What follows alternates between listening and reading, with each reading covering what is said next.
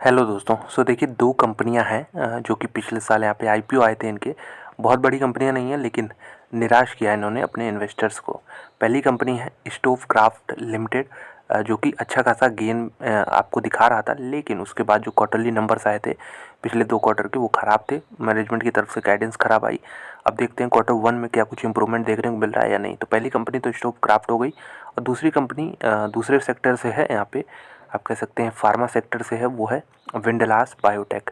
तो ये भी ऊपर के लेवल से लगभग आधी हो चुकी है ये कंपनी, लेकिन अभी भी बहुत लोग इसको होल्ड करते हैं। तो चलिए देखते हैं इन दोनों ही कंपनियों के क्वार्टरली रिजल्ट। अगर आपके पास है दोस्तों, तो ये वीडियो पूरा अंत तक देखें, और चैनल पर नया सब्सक्राइब भी कर सकते हैं इसी तरह के और वीडियो देखने के लिए। तो शुरू करते हैं स्टोव क्राफ्ट से। यहाँ पे सारे फिगर आपको यहाँ पे लाख में दिख जाएंगे। नहीं, इन्होंने मिलियन में लिख रखा है। तो चलिए मिलियन में हम लोग करोड़ में कन्वर्ट करेंगे इसे। तो अगर हम टोटल इनकम देखें तो 274 करोड़ है। पिछले साल कितना था? 215 करोड़ था, और एक क्वार्टर पहले यहाँ पे 259 करोड़ था। तो रेवेन्यू में कोई प्रॉब्लम हो नहीं रही इस कंपनी को। मेनली प्रॉब्लम आती है यहाँ पे एक्सपेंसेस में। तो मैनेजमेंट ने कहा था कि ये मटेरियल कॉस्ट हमारे लिए प्रॉब्लम बनने वाली है, कमेंट्री दी थी। और देखिए फिर से यहाँ पे फिर से बढ़ता हुआ फिगर आपको दिख रहा होगा। 150 करोड़ से बढ़ के 170 करोड़ हो चुका है। 20 करोड़ का जंप मात्र 3 महीने में, जिसकी वजह से टोटल यहाँ पे एक्सपेंसेस बढ़े हैं, और यहाँ पे प्रॉफिट डेफिनेटली कम होने वाला है इसकी वजह से। तो प्रॉफिट कितना हो रहा है यहाँ पे? 10 करोड़, आप कह सकते हैं 60 लाख के अराउंड। 10 करोड़ 60 लाख का फिगर है। पिछले साल कितना था? तो 13 करोड़ यहाँ पे 52 लाख के आसपास था फिगर ये।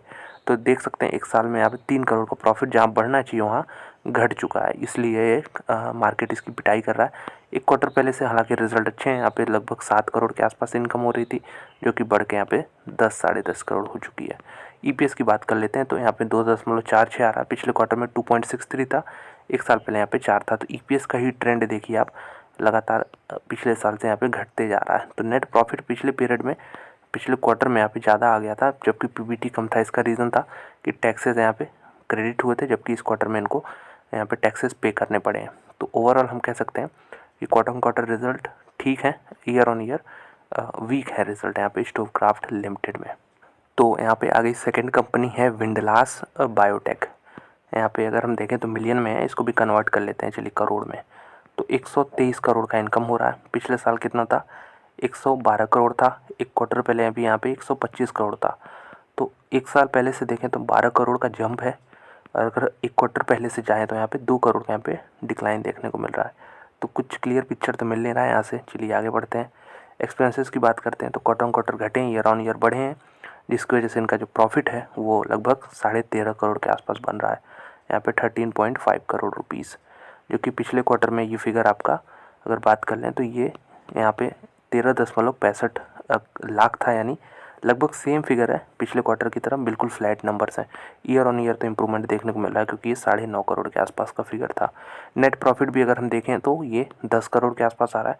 पिछले क्वार्टर में हालांकि यहाँ पे काफ़ी प्रॉफिट थे, यहाँ पे 15 करोड़ का प्रॉफिट था।